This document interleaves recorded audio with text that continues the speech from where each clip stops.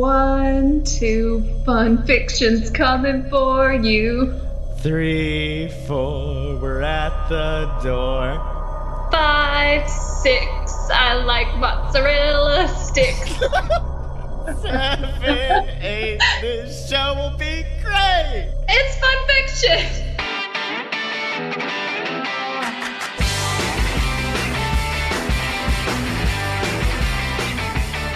Welcome to Fun Fiction, ladies and gentlemen, the weekly show about movies, media, and how the internet ruins it. I am your host, Scotty Moore. And I'm your other host, Brenna Clark. How's it going, funheads? They're called fanatics, Brenna. I forgot the word. We've gone over this. I want to start the show with an apology. Okay. Are you apologizing to me for the many times that you've wronged me in the past? Well, that as well, but also for giving you so much shit about making me watch Thank Nightmare. You. Yeah. It's not bad. It's not scary. No, I mean, it's creepy, but he's more a thrills and one-liners type of dude and not like, oh, I'm going to have nightmares.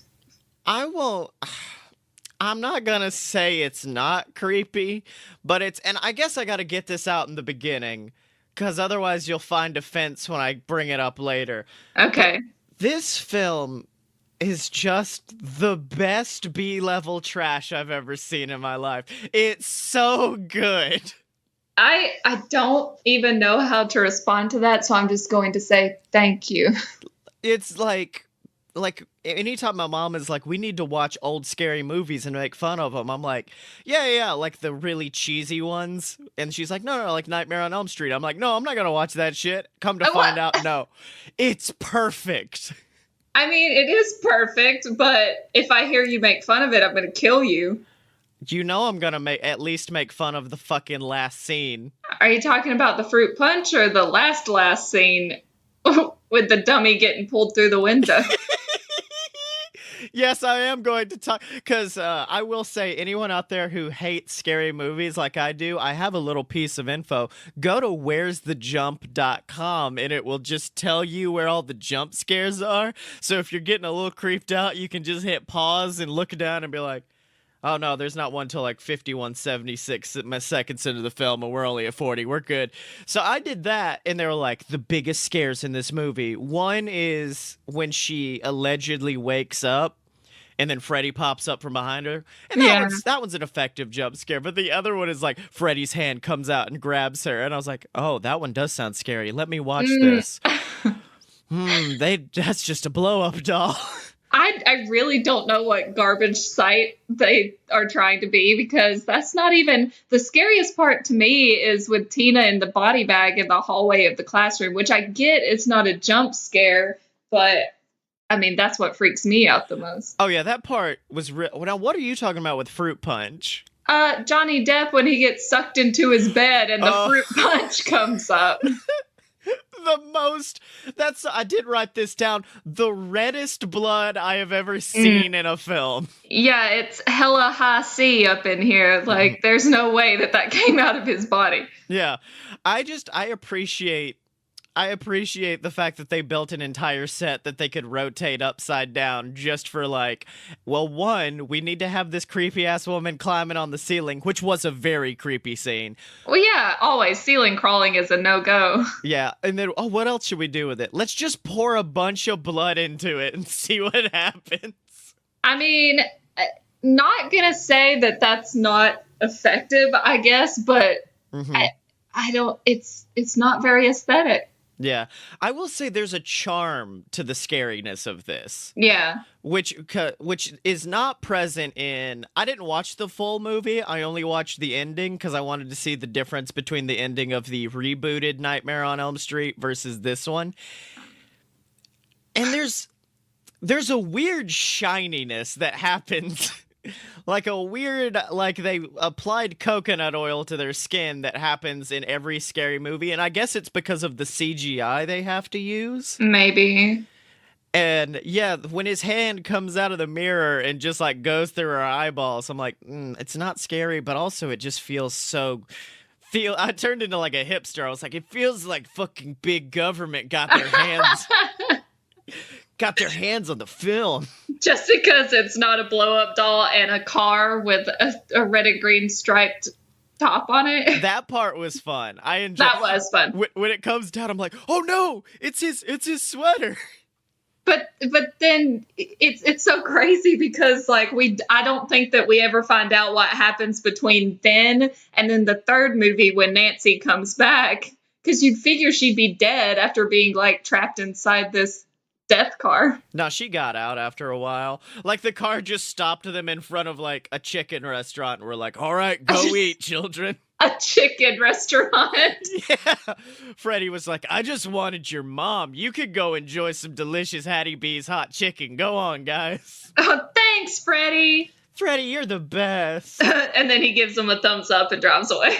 No. The one of the rear view mirrors turns into a hand and then thumbs up and then drives away. Good old Freddy. Also, speaking of Nancy, I really do enjoy the similarity between every attire she wears in this film and then, of course, of Nancy Wheeler from Stranger Things. Yeah, it is very similar, isn't it? I didn't think about that, but... Yeah, at one point, she's, like, wearing the exact same clothing, and I'm like, oh, that's where that whole character came from. I love good little nods to movies and things like that. Mm-hmm. Also, the beginning of this film feels less like a scary movie and more like the beginning of some weird, edgy superhero film. Because you just see Freddy putting his glove together to get ready to go battle crime. Yeah, I mean, I can see that. And I wouldn't mind him as a superhero, to be honest. Like, he's an anti-hero like Venom, I feel like. Yeah. Is your name Freddy Krueger? Yes. I'd like to talk to you today about the Avengers initiative. Okay, let's sit down, bitch. Oh my god. Aw, bitch. Aw. Aw, bitch. Also, when you first saw this, did you know of the Freddy Krueger mythos? Because you're a lot more into it than I am.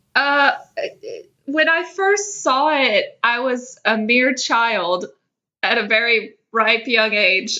I not stole, I mean, it was in my house, but I snuck the VHS out of our living room, which I don't think my mom would have had a problem with me watching it, but I just felt like, oh, it's a horror movie, I have to sneak it. And so I took it to my room and watched it, and then I had to watch Spy Kids directly after because I was so freaked out. Yeah, well, with me, the weirdest part, because I know Freddy Krueger, everyone knows of the big burned scary man with the knife hand.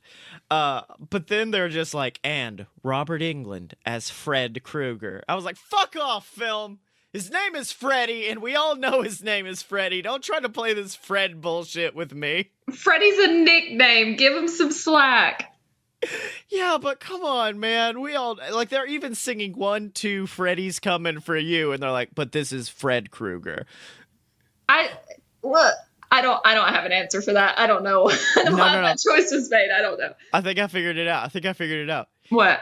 In the future films, does he, because in this one, he's a little bit more creepy because he gets goofier as it goes on, right? I think for some of them, but then I think it takes a darker turn later, if I'm not mistaken. I'm just saying, what if the Freddy Krueger we see is not the same as the Fred Krueger from this film? And so anytime someone's just like, are you Fred Krueger? The one in the future movies is like, no, Fred was my father's name. Please, I am Freddy.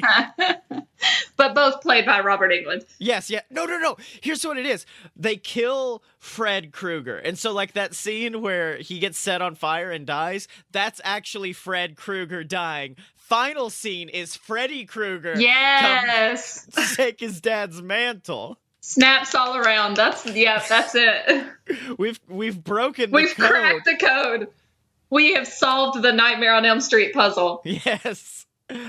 But yeah, this film, I guess it's because I watched a lot of Tim Burton films that a lot of the scares were less scares and more just like a scene from a nice Tim Burton film. Well, yeah, I mean, it's like that whole thing where he's in the backyard with Tina and he like whispers her name and then holds his hand up and cuts off 2 of his fingers. Like, yeah. What are you doing? That was the point during the film where I wrote down the words "The Boy Meets World Scream" episode was scarier than Oh my this. God. I just think he's a goofball and he's like, I'm gonna kill people, but I'm gonna make it fun. And so I Like, don't know. he's so gross, because I think it's the next time she dreams, Freddy's just like, check this out, and then he cuts his, like, chest open and there's worms and shit. Yeah. I'm like, that's not scary, you're just a gross pervert. No, he's one of those people that, like me, that thrives on potty humor, and he's just like, watch, I'll cut my fingers off and green slime will shoot out. It's awesome. No, what I compared it to was the scene in The Grinch where he keeps trying to scare Cindy Lou Who, and she's just like, you're not that scary, and he's like, booga booga booga booga. I mean, his antics wouldn't scare me probably, but if he came at me with his glove, I'd be a little probably hesitant. Unless he had those wacky waving inflatable arm tube men hands. My God, those arms! He was trying really hard to make his claws make noise on the metal beside him. So I would love to see the scene right before that happens where he's just like, I'm gonna get you, Nancy, and holds out his arm to try to make the noise, looks over the pipe, is like, it's like 30 miles away, and he's like, hold on a second. Hold on.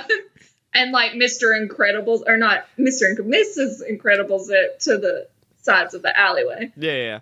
So I guess we should talk about anyone besides Freddy, because this film does have other characters. Does it? It does have Rod, the worst human being ever made in cinema. Yeah, but he got his. He really got it.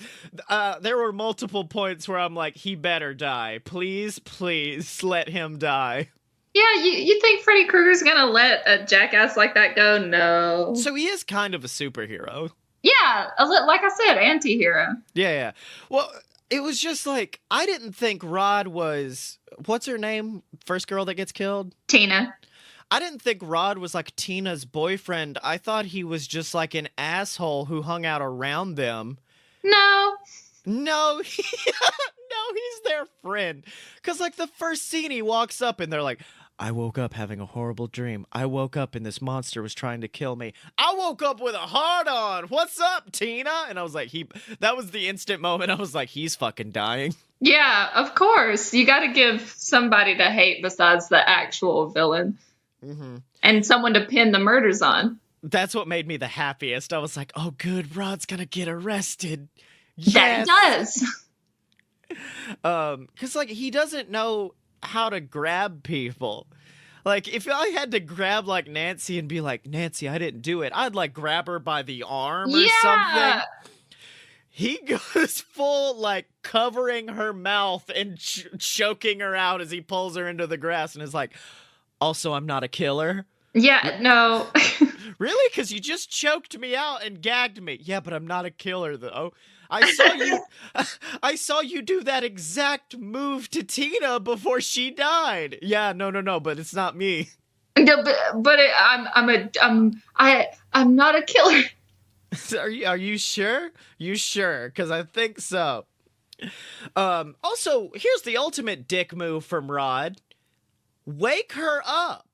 Well, because she's like freaking the fuck out. And bad things are happening, and Rod doesn't think to be like, hey, you're having a nightmare, wake up. Instead, he backs up into a corner and just watches her get killed. Well, for all of his bad boy bravado, he's just a scared little ball sack on the inside. Also, my favorite line was from Nancy, and it's, Rod is not a lunatic. I'm like, you're a fucking liar, Nancy. Yeah, the biggest liar, and she knows it. Yeah. Also, this is kind of off topic, but I want to know your thoughts on this as well, because I think it was Nancy and her mom did this. Was kissing your child on the lips like an old school thing? Because my parents didn't do that, and it's always weird when I see people do it. Well, I think, I've seen celebrities on the internet get like hate for it. So I think people like do it, and maybe it's what's it called? Like a not here thing. Yeah. A regional thing. Yeah, that's the word. So you're saying you also did not get kissed on the lips by your parents. That's good. Not in my memory, but I mean, it's not. Hmm. It doesn't come from a creepy place unless someone else is looking at it that way, I think. Yeah. And then we get to the school scene where the teacher had a cherry orchard poster up, and I'm like, fucking, what grade are you teaching right now? It's ambiguous. You can't do Yeah. that to yourself. Although I did really want Freddy to be dressed up like Julius Caesar. Oh my god, that scene when he's reading it aloud and his voice just gets like slow and scary. I mean, that it gets me every time. That's the moment where I'm like, oh, he's gonna become Freddy. No, it's gonna be the hall The pass person hall monitor. who has the Freddy sweater on. I was like, okay, awesome. Amazing. Screw your pass. Screw your pass. All right, Nancy, Jesus, calm down. Well, she just saw her best friend in a body bag, so I mean, Yeah, but she wasn't real. She was dreaming and shit. listen, I still to this day cannot get in a bathtub and close my eyes. Like I'm terrified of something coming out of the water. The fucking creepy, not in the scary movie way, creepy in the I'd like to sit you down and talk to you on Dateline kind of way, as that blade comes up between her legs. And I was like, because in scary movies, I turn into, like, the stereotype of the person in a scary movie who's like, no, don't go in there, man. Don't do it. That's me.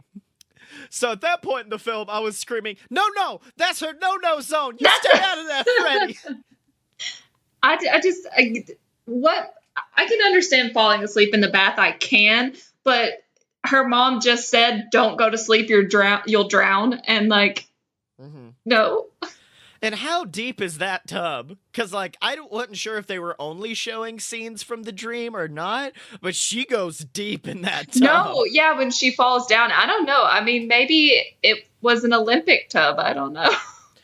Now, are there rules to Freddy? Because once he showed up at the school, I felt bad because I was like, wait a minute, I thought it was specifically Nightmares on Elm Street. Like, you could not he couldn't show up somewhere else. No, I think it's just Nightmare on Elm Street because that's where he originated, but he can pretty much go wherever he damn well pleases, I think. Oh, that's good. So, like, Freddy goes to the moon. I mean, you should watch Freddy versus Jason because he's literally at Camp Crystal Lake. Oh, that's right. I forgot about that. Yeah. I do want to see that one because it is apparently buck wild as shit. Oh, it's awesome. It's one of my favorite pieces of cinema. Mm-hmm. Now, I will say the music kind of because, like, I'm used to creepy music of today, which is very quiet and subdued. Yes, and this was like heavy metal. Well, no, it wasn't even heavy metal. It was like synthwave pop. Yeah. Just like, which led me to, I think since I'm now having a child, the dad jokes are happening because I did write down this music is killer. Haha, get it? Oh, God. So proud of you right now. Mm-hmm. Also, I do love that the film wrote in their own version of stay awake pills. Yeah.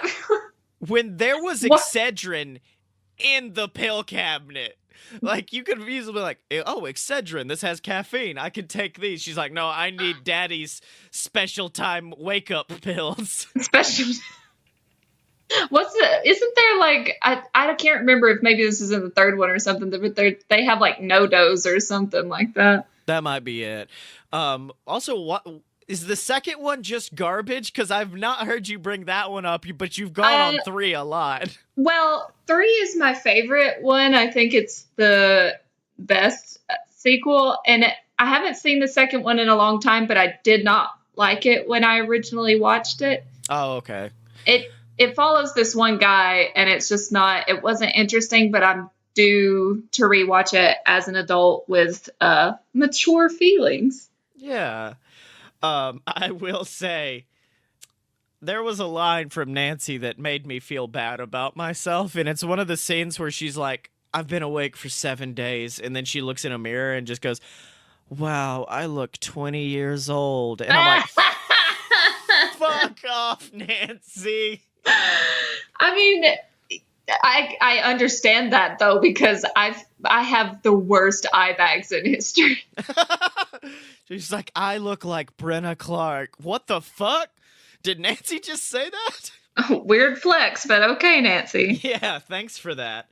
I did. Nancy's dad is Is an asshole. He's an asshole, but also he looks like an out of work drag queen. Like, couldn't you Oh my imagine? god, no.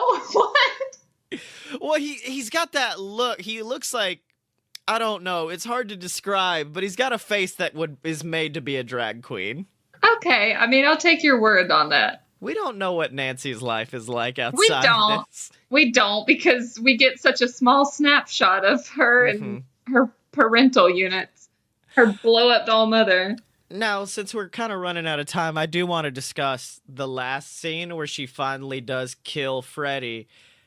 Because, Brenna, this motherfucker Home Alone's the demon of dream sleep. Like, yeah, she does. Because I saw her hooking things up, and I was like, oh, maybe she's going to do something that, like, sets the whole house on fire or something. Oh, what's the sledgehammer for? Maybe it'll bust open the light bulb, and when that triggers, it'll... No, that's just so Freddy opens the door and it whacks him in the tum-tum. I mean, what do you want from her? She's a teenager. It's such a goofy final scene that I needed Macaulay Culkin to be there as a child, just like, we're gonna get him, Nancy, let's go. Oh my god, no, please. Yeah. But of course, we cannot finish this section with talking about the fresh-faced little boy, Johnny Depp. Aw, sweet little nugget before he grew up and ruined everything. Before things happen. Yeah. He's so cute. He's so adorable. And, like, he rides the perfect line between caring boyfriend and asshole that I like a lot. Yeah, like, he could easily have slipped into bad boy, but it was just teetering on the edge, so it gave him a little, ooh, I like this kid. Ooh, this kid's nice. I like him. And like also, like, can we bring back male crop tops? Because I am here for that number 10 crop top. The Johnny Depp crop top. Listen, on the Chilling Adventures of Sabrina, they had Harvey in that same exact outfit, and I screamed. You're like, yes, thank you. Also, Johnny Depp got to do my favorite thing that every asshole boyfriend does in a scary movie, which is where the girlfriend is like finally giving the plan of like, we're going to do this, and then the ghosts are going to come out. And then every time the boyfriend has to be like, ooh. Oh, yeah. Dumb shit, scary noises. And I was happy Johnny got to do it.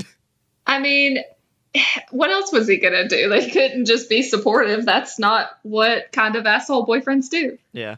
Also, can I just say, I've not watched a lot of 80s horror, but I will say it seems like there's a consistent theme of parental sins being the downfall of their children.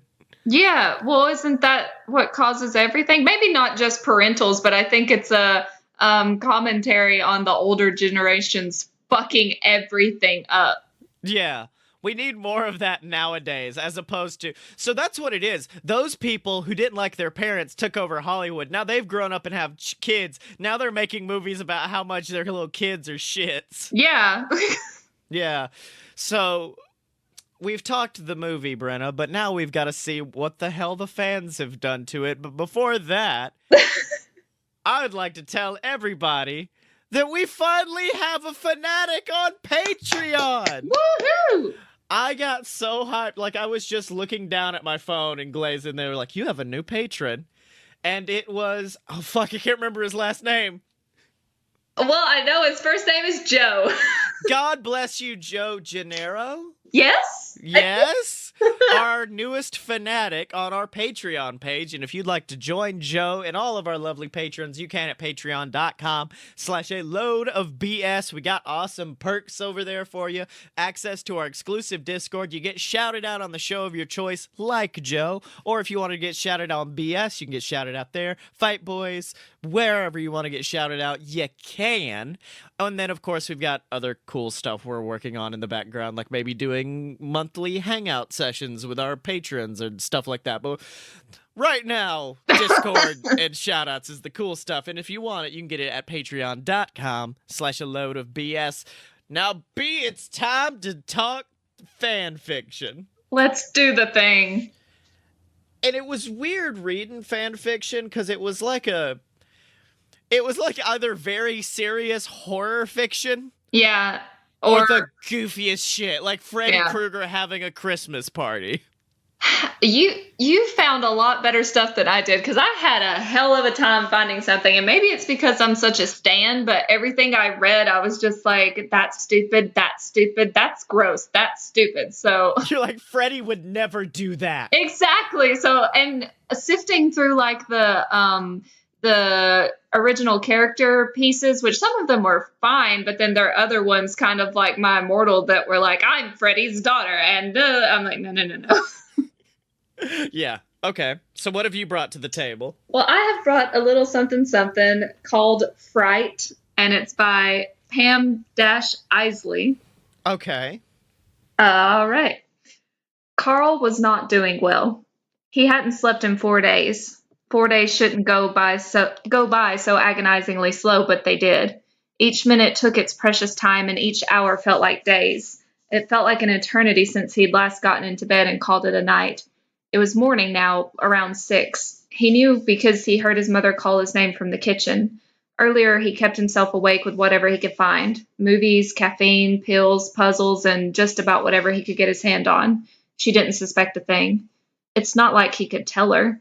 Who would believe him? Eyes stung, the lids tugging downward. He forced them open, throwing on a sweatshirt that lay on his bedroom floor and heading to the stairs. He made himself stay awake, for sleeping would bring much worse pain. Carl didn't believe in monsters, but neither did Hannah, his little sister. 2 months earlier, she slipped in the shower, cracking her head open. She had been in there for an hour, and it was his turn to use the bathroom. He remembered banging on the door, telling her to hurry up, and getting no response from her. That only irritated him, and seconds later he had come back to the door with a key. She had bled out on the floor, alone and scared. Ripping back the shower curtain, Hannah's body laid on her side in the corner, knees pulled up to her chest, and the shower's water that pooled around her corpse was red. It was said to be a simple, tragic accident. Mother didn't see it. She was out of town. The paramedics had quickly taken away Hannah's body. He had called his mother immediately to give the bad news, tears streaming down his cheeks. She had rushed home, of course, sobbing, demanding answers, and mourning with her son. He didn't think it could get any worse after that, but it did. After the funeral, his mother grew distant. He knew she was heartbroken, but so was he. It was difficult to pass by Hannah's room, peering inside and knowing that he'd never see her again. It all started then. He couldn't find his headphones, and he knew that she had a pair or two. It felt wrong to take from the dead, but he did so anyway. Digging through her desk drawer, something caught his eyes. It was a crumpled up piece of paper. Normally, he'd move on, but scribbled words were visible between the creases. Curiosity got the best of Carl, and he pulled it up from the dusty drawers and flattened it on the desk. It was a drawing. A short figure with brown hair stood in the middle, holding a stuffed bear. He recognized it as his sister. What caught his attention was the other person, tall and gaunt, with a hat on their head. They stood off to the side, their face scribbled over with a red crayon. In the right corner, 3 words were scrawled neatly in blue: Freddy and me. Carl flipped the paper over, glancing over a small new line of words written at the top. He said when I'm ready, he'll take me to his house. He said I wouldn't ever have to grow up. I don't know if I should sleep tonight. A chill had crawled up his spine. Carl didn't know what to make of it, and he quickly shoved the paper back into the drawer and left, forgetting all about the headphones. That last line kept him up. I don't know if I should sleep tonight. But why? Freddy. The name wouldn't leave him. Children had imaginary friends, but he never remembered them being so sinister. That's how it all started. He was sure of it. The nightmares began. At first, they weren't much, but they grew and they grew. Freddy came for him just like he did with Hannah. He barely spoke, but when he did, it was all whispered threats that seemed to come at every direction. He never allowed Carl to get a good look of his face. He chased him down never-ending hallways. He stalked him through his dreams. Each time, Carl shot up from bed, wide awake with tears in his eyes and sweat dripping down his forehead. He felt like he was losing his mind. You're going to be late, Mother called again. He had already missed so many days of school after Hannah's passing, and he knew that he must attend today. Plus, with the lack of sleep, his grades began to fall faster than he ever thought possible. Carl blinked once, adjusting his vision. Everything seemed so bright to his eyes, like he were staring into the sun. Down the stairs he went, muttering quietly to himself. He found that That kept him occupied, which lowered the chances of him dozing off. Sleeping is the last thing he knew he wanted to do, but it was still so tempting to just close his eyes and take a nap. His body urged him to do just that, but Carl refused. Fear held him back. It kept him up for the past 3 nights. Still, he knew that soon he'd have to go back to sleep, and that's what scared him the most. The end. Oh, that was good. Yeah, I liked it a lot. That was good and creepy. Good creepy story. Good creepy. I like it. Mm-hmm. I feel like, because I know your fan fiction this week, I just feel like anything where a little girl becomes friends with Freddy, you're like, yes! They got it. They nailed it. Oh, but I can't go into much detail, but mine goes a lot farther than that. Oh, no, Brenna, no, please. You just wait. All right, my fan fiction this week is called I Regret This Decision Immediately. Oh, God. Which is kind of how I feel about letting you read your fan fiction this week. I don't know why. It's going to be so fun. Mm-hmm. All right, let's do it. Haley flipped a pancake with the skill of a gnat. She was lucky that it didn't splatter everywhere. It was the night shift at the Springwood Diner. Haley and Nancy were the only two working. Thank God it wasn't busy. Haley had been only working as a cook for a week now and was glad to have had someone more experienced, if not more awkward, than she was. Peering through the little peep square, as she called the opening that looked into the dining area, the teen noticed that one of Nancy's friends, Dean, was fast asleep. His head snapped up as she whistled, high and sharp. Dean sleepily looked over her way. "You okay there?" she asked. "Yeah," he replied. "Just a little worn out." He smiled weakly. "Well, okay, but room's $30 a night." They chuckled together for a moment before whoever Dean had been expecting arrived. A scream rang out moments later. Haley dropped her spatula with a clang, green eyes wide. Dean had a knife to his throat and was talking to someone. All she could make out were the words, "not" and "real." She stuttered, trying to make sense of the situation. The girl froze as Dean stabbed the knife into his throat and dragged it across, nearly decapitating himself. The blonde that he had been sitting with screamed his name and yelled out to call, what the fuck? This is a bad sentence. Yelled out to call, spun around quickly, and bolted to where she knew where a landline was. As she turned a corner, she gasped yet again. A man stood in front of her, easily towering a foot above the stocky girl in the dirty apron. He stepped towards her, and she fell onto her butt, eliciting a chuckle from the man. Haley twisted her head to look over her shoulder as she heard the paramedics arriving. That was quick, she thought. When she looked at where the man had been, he was nowhere in sight. Fuck. Haley was at Dean's funeral the next day, although she hadn't gotten any sleep the previous night. She had always awoken in a cold sweat. The funeral was short and stilted. No one wanted to come forth and say anything about him, even his blonde girlfriend, who was just staring off into space. Curiously, Haley followed her gaze. The same man from the night before stood next to the grave, behind a small girl that resembled Dean's girlfriend. The man was watching the blonde, an evil smirk upon his face. Suddenly he straightened and whipped his head to face Haley. The way he moved was choppy and reminded her of when she was at a Halloween party with a strobe light, and she only caught every other movement. Haley turned her head down away from the man. One of his eyes was glowing blue, and his face was either deformed or injured. He had seemed surprised that someone could see him. Haley offered her condolences to the family before driving home alone. She didn't know where her father was, but she knew that her mother was overseas for some political thing or other. She was involved with the UN or something. The house was empty as always. Haley grabbed a rice cake, fucking millennial, before heading upstairs to her room and flopping down onto her old comforter. Haley woke up on a beach. She was laying in her bed, but her bed wasn't in her room. She looked up to see that the sea was crashing rather aggressively and looked like it was red tide. For a second, she imagined that it was blood. Shaking her head, she stood and began to walk down the beach. It was empty, no gulls, no shells. Almost as soon as she thought this, she happened upon the mutilated carcass of a gull. It looked like some sort of big cat had ripped it open. Actually, she decided upon closer inspection, it was probably a velociraptor. Man, I love dinosaurs. Haley continued on her way and stumbled upon a door. She opened a freestanding door, and through it she saw a dark boiler-type room.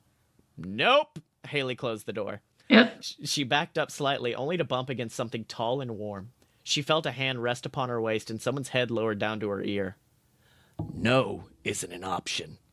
Whoever it was pushed her into the door, and she tumbled down a flight of metal stairs. Groaning, she lifted her head, and the same man from the diner and the funeral stood at the top of the stairs ready to descend. Painfully, Haley stood and limped away as quickly as she could. She felt like a mouse against a Bengal tiger. Actually, scratch that, a mouse against a velociraptor. Yes, that was way more badass sounding. She turned a corner only to see Dean in a bloody body bag. With a small scream, she turned around only to be staring at someone's chest. She backed away from the red and green sweater and looked up. The man was horribly burned and melted. His cheeks, they looked hollow, and his ears were almost non-existent. He wore a dirty brown fedora and a clawed glove on his right hand. Haley couldn't tear herself away from his eyes. The blue one was damaged and not open all the way. On the contrary, his other eye was dark brown, and looked like it had been spared for the most part. Well, well, well. Who do we have here? Most of the brats that can see me went to bed 'em, but, you're new. He trailed off as he placed a gloved hand against her cheek. The girl couldn't help but rest her head lightly into the warm, worn leather. The man chuckled and pulled her closer. The other hand slid down her waist rather creepily. Haley tried to pull away, but his grip only tightened. Haley shot up with a start. Was that real? She lifted her hand up to her face. It stung. She brought her hand to the front to examine it. Blood. Haley ruffled her dark brown hair. The diner laid Nancy and her off after Dean's death. Now Haley was just sitting alone on the couch in her living room. She patted the dark red pillows and slowly rested her head. Some paranormal investigation show was playing on the TV as the warm, dark embrace of sleep wrapped around her. Haley sat up, and the room was much darker, but the TV was still on. Jay Leno was interviewing someone who looked a lot like the burned dream man, the difference being that he wasn't burned and actually pretty attractive. I'd fuck him. Ah, damn it, brain! Haley hated her tendency to go for the dirtiest thought first. Stretching, she strutted over to the TV, planning to turn it off when her hand reached out of the screen and tried to grab her. Oh, fuck that shit! Haley bolted to her front door and threw it open. She stopped in her tracks and nearly tumbled forward when she realized that she was running in snow. The girl looked up to see that she was in front of a preschool. Curiouser and curiouser. She walked into the school, barely noting that she was now standing in 3 inches of water. A deep voice was counting in one of the classrooms. It was enchanting. Haley meandered about the halls until she found the source. The burned man was in front of a chalkboard, his hands on the board on either side of his face. Haley got a full view of his glove and the knives that adorned his fingertips. 3. Haley tensed. 2. She couldn't help but walk closer. 1. Ready or not. Oh, wait, this was him. Ready or not, he skimmed his hands down the chalkboard. Here I come. Who are you? Haley pleaded. Her curiosity overpowered her fear. The man only smiled sinisterly and pointed back at the chalkboard, which read, 1, 2, Freddy's coming for you. 3, 4, lock your door. 5, 6, grab a crucifix. 7, 8, stay up late. 9, 10, never sleep again. Haley turned her attention back to Freddy, but he was gone. Hot breath on her cheek told her otherwise, though. Boo! Haley tried to scramble away, but her first step sank way down into the water. As she fell face first, she got a mouthful of blood. She tried to crawl across the thick liquid, but Freddy walked on top of it as though it was solid ground. How's this for a wet dream? Great. Now between her screams of terror, Haley was cracking up. Suddenly, Freddy yanked her up by her short hair and slammed her face into the wall. Haley wasn't laughing anymore. She looked everywhere but him. Look at me! He yelled. Look at what they did to me. The world around them crumbled away to show a dilapidated power plant. Haley was going to question why they were here when she saw him. An unburnt Freddy was running away from nearly half a dozen cars. He ran into a building as the car stopped and a mob of angry people got out. Open the fucking door, Krueger! A man with gray hair yelled, absolutely livid. What do you think I did? I didn't do anything! Freddy sounded desperate. The men left the door and strode to a car. One of them opened a trunk and pulled out a Molotov cocktail. No, Haley couldn't believe her eyes. This is for my son! He tossed it through the window. Haley could hear Freddy screaming in pain as the hand in her hair pulled harder. Please, enough, I don't want to see this anymore! Haley was on the verge of tears. Do you see what they did to me? Freddy's voice was quiet but angry. Yes, I see. Haley was sobbing now. How could someone do that? Suddenly the fire exploded. Wait, how does fire explode? Haley screamed. That's it for now. This is a lot longer fan fiction. I liked that a lot. I'm gonna have to look it up. Yeah. Where I'm fairly sure I think it might be Haley. Yes, it is Freddy slash OC. Yeah, Okay. I was about to say it sounds like grown-up Brenna trying to rewrite this what I have for you today. Yeah. So Brenna, we need to get to yours, but before we do that, you know what I would love? What would you love, Scottye? I'd love if people took like full books, just massive books, and read them instead of me having to read them myself. If I could just hear them read out loud, that'd be fantastic. But do you know anywhere that could do that? But don't you like read them out loud by yourself anyway? I mean, I read them in my head. Please don't Brenna, please don't tell me you're like in your room quietly, just like, I never gave so much thought as to how I would die. Oh, God bless you! Oh, hit me in my heart. But yeah, if you want someone to do that for you, you can at Audible. That's right. Audible is the place where you get access to over hundreds of thousands of audiobooks. And if you use our free 30-day trial at audibletrial.com/BS network, you can get a free audiobook. You can get one of mine. You can get Queaslecourt Risen. BS versus the Gods went up today. I just got the email earlier. Don't worry, Brenna, you'll get a free copy. I'm excited. And if you want one, go to audibletrial.com/BS network. Or you can get what are you listening to, Brenna? I am listening to The Girl with All the Gifts by M.R. Carey, and despite the title, it's a zombie book, so ooh, I like interesting. it. Yes. All right, now it's time. I'm so scared. I not only know about this fan fiction, I know roughly when it was written, so that scares me even more. Well, I didn't exactly know when it was written, but then I think in here somewhere it has a date. And so I think I was roughly 8 or 9 years old when I wrote this. Oh! So this is baby Brenna's first fan fiction, and it's terrible. And actually, I wrote it on my computer, like rewrote it on my computer to see how many words it was, and it was exactly the length that I needed for the show. So yes! It's kismet. I didn't have to add a thing. Awesome. So, here we go. It starts out with introduction, spelled INTERDUCTION. I'm so happy. Well, our life is moving on from the last time we saw Freddy. My name is Brenna. I'll tell you what happened after we thought our life was perfect. Chapter 1, Introduction. We thought that Freddy would kill all of us, but now we know that he is dead, right? Well, if he isn't dead, we can always kick his dead carcass.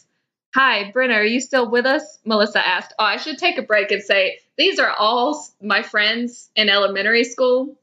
So. Oh, this makes me so happy. Yeah, okay. Oh, yeah, Brenna said. Look, guys, I think Brenna should quit thinking about Freddy, Derek L. said. I'm not. Yes, you are. Fine, I am, but it's just weird that he's finally dead. Brenna, Derek said, putting his arm around me. We all know he's dead. He can't come back. Brenna, I think Derek is right, said Charity. I think she's stupid, Bubba said. Oh, give it up, Bubba, Brenna said. Chapter 2, The Appearance. Brenna, do you think you'll be able to sleep okay? Derek asked. What do you mean? Brenna asked. Well, Freddy. Yeah, sure. Are you really sure? Yeah, it's okay, Derek. See ya. Brenna fell asleep. Wait, what? And see ya. Yeah. Brenna fell asleep at last. Then she started dreaming. Hi. Didn't expect to see me, did ya? Freddy asked. We killed you. You're supposed to be dead. I'm not back yet, but I will be. Then he disappeared as she woke up. Right away, she called Derek. Derek? Huh? Oh, hey. Did I wake you up? She asked. Nah, duh. Sorry. Look, I had a dream and Freddy was in it, Brenna said. Brenna, I told you that he's dead. He said that he wasn't back yet, but he will be, she explained. Okay, but did he look the same? Burnt and everything? No, he was bones. Spooky story. He was bones. Whoa, Derek, what if Brenna, if he comes back, we can just kill him, but he's too powerful. Here's the best line in the whole book. No one is too powerful for all of us kids. All right, if you say so. Chapter 3, Nightmares. Hi, Mom, Brenna yawned out. How did you sleep? You look like you've been up all night, her mom asked. Well, I had a nightmare. Honey, they are not real. All right, I'm going to school. Hey, guys, Brenna said. Hey, what's up, Derek said. Well, you'd have a horrible night if you had a nightmare. What are you guys saying? Melissa asked. Nothing in your nosy self should hear. Hey, she said, sounding mad. I'm kidding, Brenna said sweetly. But seriously, what were you two lovebirds talking about? Well, I had a bad dream. Whoa, I had one too. What was yours about? Melissa asked. Well, see, I saw Freddy and he said, Brenna never got to finish her statement. Hey, what's wrong? Got choked up? Charity said. Have you been here all this time? Derek asked. You're not supposed to sneak up on us like that, Chair Bearer. Sorry about it, Charity said. We all had nightmares about the same thing. Chapter 4, The Boiler Room. In school that day, Mrs. Burt was teaching math when I fell asleep. Hey, Brenna, glad to see me? Freddie asked. You're back, Brenna stuttered. Yeah, I'm back, and I'm here to kill you, Freddie screeched, scratching his nails against the metal pipe. Brenna ran from the boiler room screaming. She heard a voice pounding in her ear. She pressed her arm against a hot pipe and awoke with a fright. Brenna, are you okay? Derek asked worriedly. Yeah, I'm fine, Brenna choked out. You call this fine? He said, pointing to my arm. It's fine, trust me, Brenna said sweetly. Brenna, oh my, what happened? Charity and Melissa said excitedly. I saw Freddie, and she pointed to her arm. You, Brenna, go to the principal's office, Mrs. Burt said, pointing toward the door. Brenna went slowly, looking both ways just in case Freddie came back. Chapter 5, The Principal. Bubba whispered to Brittany, it will be a miracle if she comes back. What do you mean? Melissa asked. Well, once you see Freddie, you don't come back, Bubba said, sounding scary. Whatever, Melissa said irritatedly. Meanwhile, hello? Britta said nervously. I was expecting you, a voice said. Who are you? Britta asked worriedly. He answered, I'm your worst nightmare. Then all of a sudden, Freddie jumped out of the shadows. Ah! Britta screamed, trying to get away. But before she did, he got her. Ah, a little damsel in distress, eh? He said, laughing a high-pitched laugh. Let me go, Britta screamed, hitting him on the chest. The more you squirm, the more painful it will be, he cackled. He threw his talons over Brenna's neck, and she screamed with fright. I'll be back, Freddie yelled. I don't know why he left. Chapter 6. I'll see you later. Chapter 6, Where's Everyone? Brenna ran back to her classroom as fast as a jackrabbit on a hot skillet. Okay? Oh, that's the Alabama coming out in Brenna. It's terrible. Mrs. Burt, she yelled, where is everyone? She had a major breakdown. Brenna whipped around. Huh? Who are you? It's me, Brittany. Oh my God, are you okay? Does this look okay? She crawled up to me and I saw her arm. She was cradling her J-Lo tattooed arm with her left arm. Wait, the tattoo was of J-Lo? They had a tattoo of J-Lo? Yes, but I think it may have been a temporary tattoo. I don't know why I was fixated on that, but here we are. Oh, she gave me her arm. Here, take it. I nearly puked from the sight of all the blood on the floor and on her. Hey, look it. What? Freddie's claws. They're in your arm. So? I nearly dropped to the floor. What do you mean, so? I mean, he's only got his gloves. She looked at me like I was stupid. Oh, never mind. Where's everybody at? Freddie took them to that portal. Thanks, cuz. Look, you stay here until I get back. I hugged her with one arm. Oh, yeah, Britt? Huh? Don't fall asleep. Chapter 7, The Body. Brenna finally jumped through the portal. She held Freddie's claws in her hands, then put them in her pocket. She stepped on something. Ew. Huh? Charity? She started bawling. I can't believe it. Charity was face up, bleeding from head to toe. How did he do it? He doesn't have his claws. Then I saw her. It was Melissa cradling herself with her thumb in her mouth. Melissa, no, I'll do anything. She covered her face with her hands. It's me, Brenna. Oh, they took Charity. She put her head on my shoulder. Where is he? He went into that room. She pointed to the door with the words, welcome to my nightmare on it. Melissa, don't fall asleep. I want to come with you. Fine, but be careful. I looked at her for a long time and finally took Charity's body and buried it in the soft dirt. I thought we were in a building. We'll miss you, Charity. Melissa started bawling. Shh, you'll wake up the dead. Chapter 8, Where's the Portal?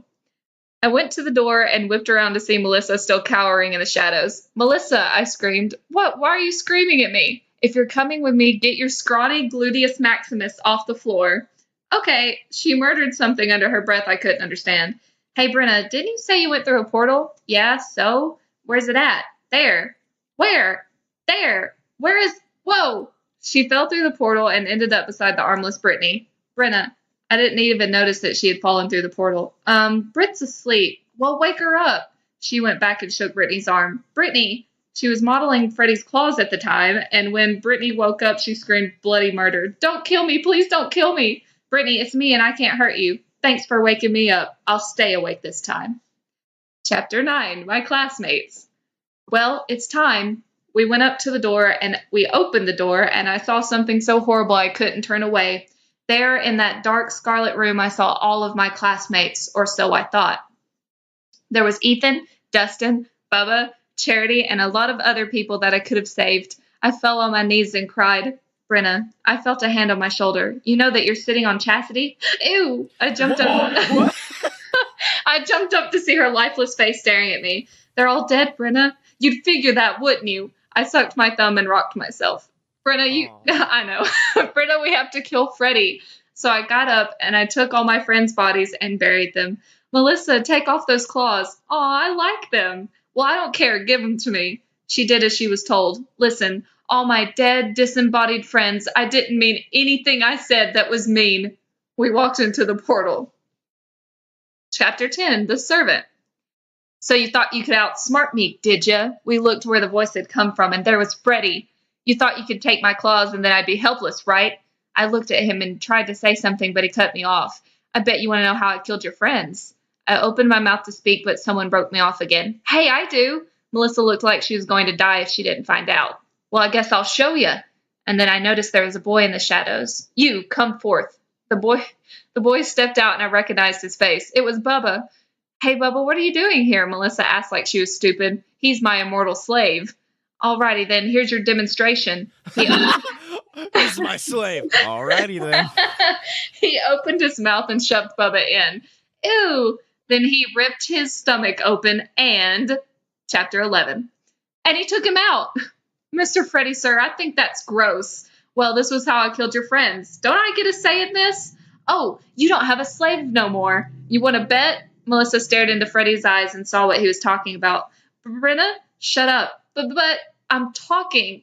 Then I saw her. It was Brittany. Brittany, I thought you were at my house. I am a slave. I am a slave.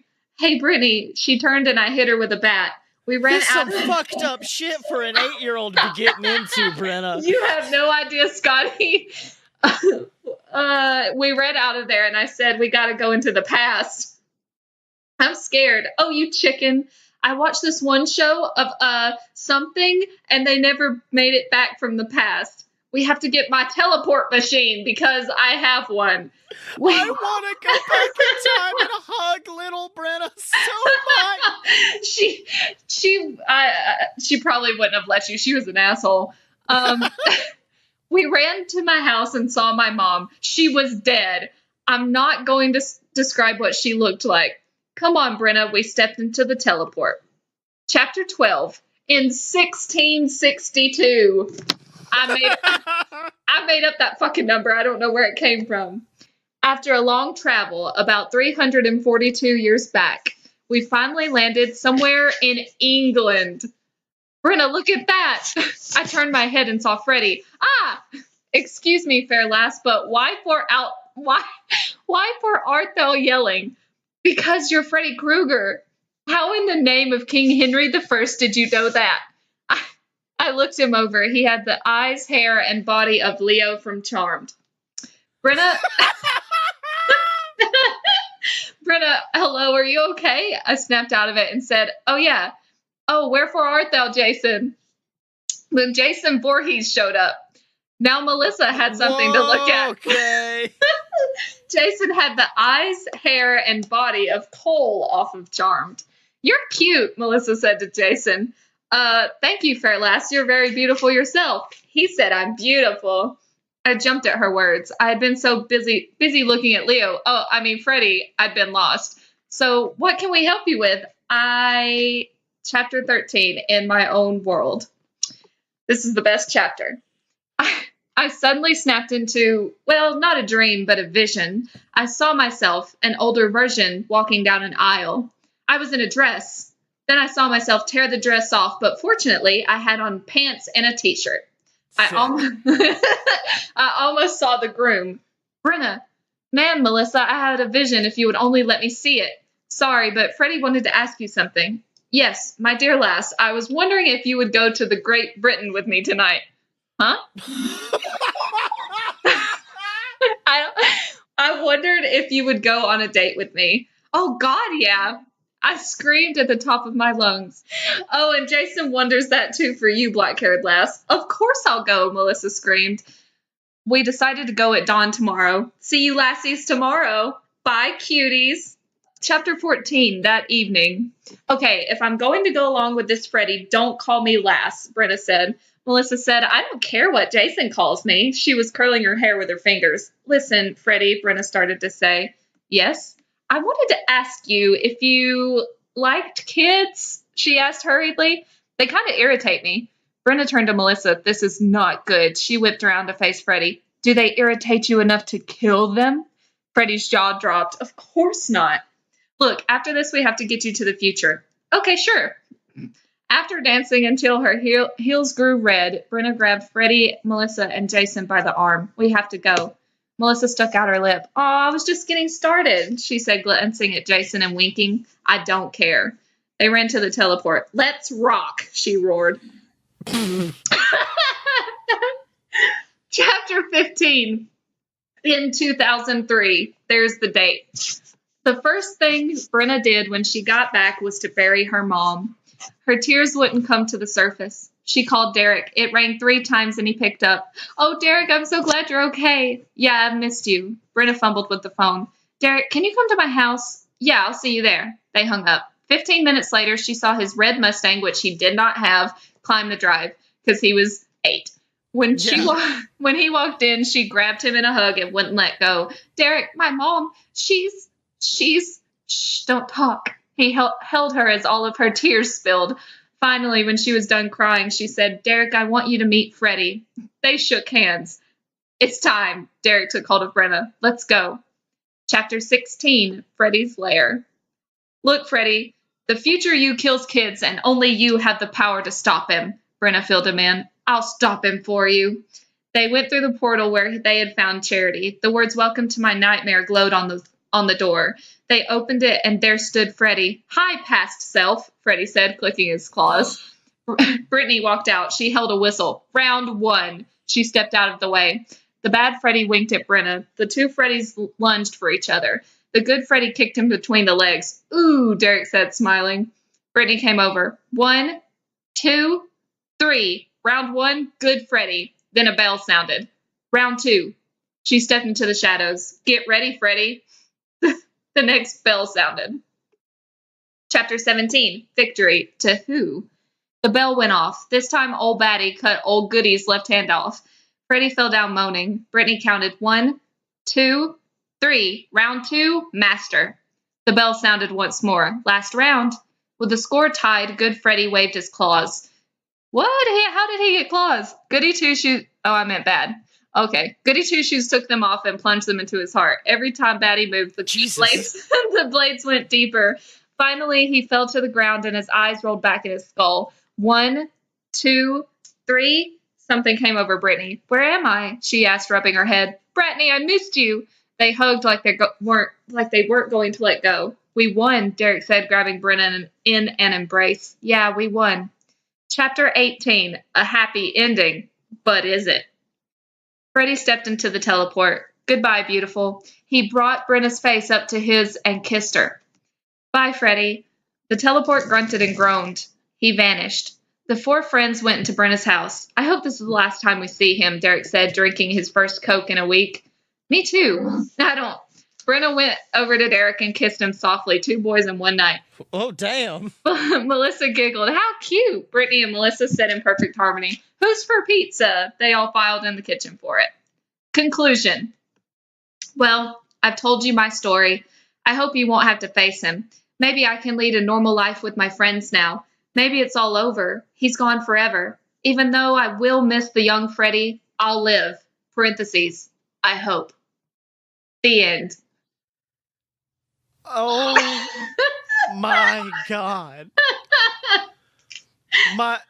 My favorite person in the world is you, roughly 15 years ago, Brenna. Listen, this is the biggest trash fire. You can't say that. It's no, because you got to remember at this age, I think it was in 2003, I was writing fan fiction about Captain Underpants fighting plunger monsters and shit. Meanwhile, you're doing like time travel slash fic with Freddy and Jason. I don't know. Where did I get time travel from? Like, that sounds like the TARDIS, but I didn't watch Doctor Who at that age. I don't teleport.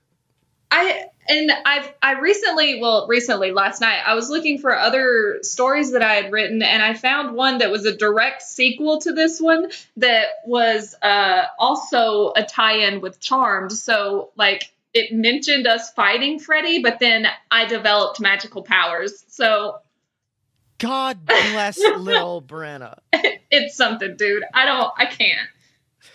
And Brenna, I gotta say, that's the perfect ending for this section of fun fiction, because unfortunately, Miss Brenna's gonna have to take possibly a hiatus. Yeah, I'm sorry, fam. And we wish you the best of luck in your future endeavors. Thanks so much, because I'm not going to get anywhere with fan fiction like this. Yeah, no, publish it. Everyone's going to be like, it's the best. I thought about putting it on fan fiction and, like, just making people think that it was a for real thing. Yeah. But I'm scared. But that means we're going to have a bunch of guest hosts over the next few episodes. Next week is going to be... So you're going to miss the return of our boy. You're going to miss the return of Snails, because next week... my Snails! Me and my girlfriend Emily are going to do Goblet of Fire. So make sure to tune into that. And it's sad that Miss Brenna has to go, but with every bad thing, a good thing arises, which is when I can finally announce that the place you can find next week's episode is going to be on the official Fun Fiction YouTube channel. That's whoop, right. Whoop. Yeah. We are now going to have a full channel dedicated to fan fiction because, well, we realized a problem in asking people to submit fan fiction. Yeah. Because we record these episodes the Monday the previous episode goes up. So really, there's no time for you to submit anything. Sorry, guys. So now you're actually going to have things to submit to, and you can submit any fan fiction, and we're going to read them out on the channel. We're going to have, like, series, so we'll have, like, one episode goes up one week, and then a reoccurring series like that. We're going to have one-shots, garbage episodes of bad fan fiction as well, all on the new Fun Fiction YouTube channel. So make sure to search Fun Fiction on YouTube, and it may just bring up the BS Network stuff, but if you do some sleuthing, you'll find it. YouTube sleuthing. But this isn't it for Brenna. I will force her to come back for Adventure Zone episodes. And I'll be there. Yes, and then also, if you have anybody, Brenna, that you want to do, like, more Twilight with, so you won't have me being a garbage boy. But you're so sweet. You even brought it up today. Yeah. So, yeah, this is not goodbye to Brenna. This is till I see you next time. Oh, my tears. So, Brenna, where can people find you on the internet? Come look at my shit on fan fiction or like Instagram or Twitter, whatever, at BRENNASAUR. That's Brennasaur, folks. Brennasaur. I really want to draw you as a Bulbasaur now. Do it. So yeah, check that out. Find me on Twitter at ScottyMo, SCOTTYEMO. Buy all my books on Amazon, the Queasel Corp trilogy, BS versus the Gods, or get them on Audible, audibletrial.com/BS Network, ladies and gentlemen. And then, of course, make sure to check out all the other shows at aloadofpurebs.com. Remember to support us either on our Patreon page like good old Joe is, or by picking up some Fun Fiction merch at merch.aloadofpurebs.com. And then, of course, make sure to listen to all of our older episodes. Rate on iTunes. Rating is super duper important, and we love to hear your feedback on the shows. And until next time, Brenna. If you heil in the dream, you heil for real. Stay away from baby Hitler. Stay away from Dream Hitler.